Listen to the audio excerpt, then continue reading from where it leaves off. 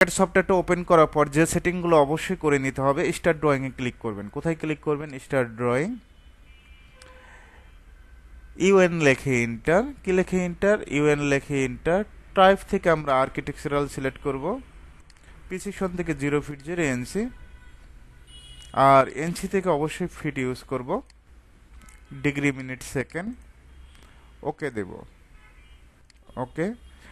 Grid line delete করার জন্য আমাদের যে কাজটা করতে হবে, কন্ট্রোল জি দিবেন, গ্রিড লাইন ডিলিট হবে। ডি লেখে এন্টার, ডিটা হলো ডাইমেনশন, মডিফাইতে ক্লিক করবেন। প্রাইমারি ইউনিট ফরম্যাট থেকে আর্কিটেকচারাল, প্রিসিশন থেকে 0 ফিট 0 এনসি। টেক্সে যাবেন, টেক্সট থেকে টেক্সট হাইট অনলি 4 দিবেন, এনসি দিয়ে দিবেন। স্যাম্বল অ্যান্ড অ্যারো, এনসি দিতে হবে না, অটোমেটিকভাবে এনসি নিয়ে নেবে। এন্টার দিবেন, অটোমেটিকভাবে সে এনসি নিয়ে নেবে। স্যাম্বল, এখান থেকে আমরা অবলিক ইউজ করব।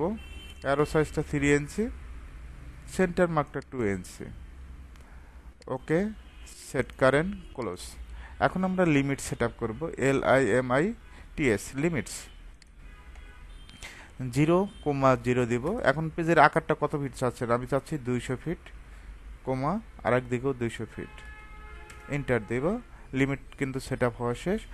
ওএস লিখে এন্টার, সিলেক্ট অল, ওকে। আমরা এখন ইউএসএস আইকনটা ফিক্সড করব। জাস্ট অটোক্যাডের ডিরেকশন দুইটা, একটা এক্স একটা ওয়াই। মাউসের রাইট ক্লিক করব, ইউএসএস আইকন সেটিং, এখান থেকে আনটিক করে দেব, রেক্ট্যাঙ্গেল নিব, আর ইসি লিখে এন্টার,